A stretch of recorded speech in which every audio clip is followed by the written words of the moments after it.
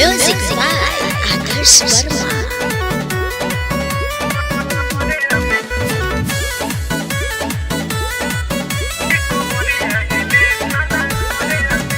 डरौना में पायल बजैले बारू दाम कोला के टोला हिलैले बारू। अरे ये रसीली भावपुरी के भाव घटैले बारू तम तुही के तुही घुमैले बारू संगे कुशीनगर कसिया फाजिल नगर देखी भइल बाटे घायल पतली कम गोरी गोली चलवैबू सरिया में गोरी गोली चलवैबू सरिया में ई कमरिया हिली थाना तरिया में ई कमरिया हिली थाना तरिया में ई कमरिया हिली थाना अरे तरिया में हो।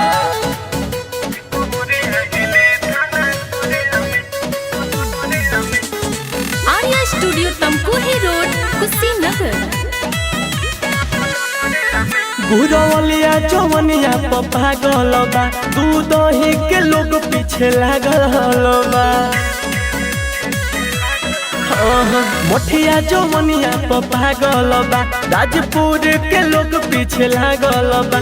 गोरी मारे करैले बाड़ू पटिया में गोरी मारे करैले बाड़ू पटिया में ई कमरिया हिली थाना तरिया में ई कमरिया हिली थाना तरिया में ई कमरिया हिली थाना तरिया में।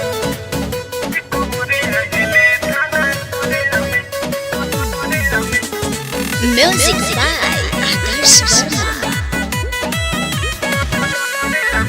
गोपाल गोज के बस में तू कहले बारू गोरखपुर में सुर करवैले बारू।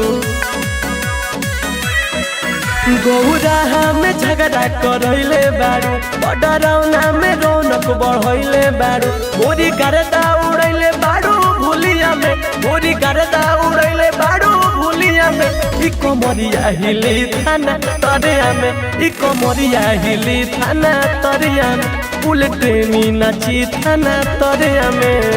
अरे जिया हो करे जा अरे आवा थाना तरिया सुजान में।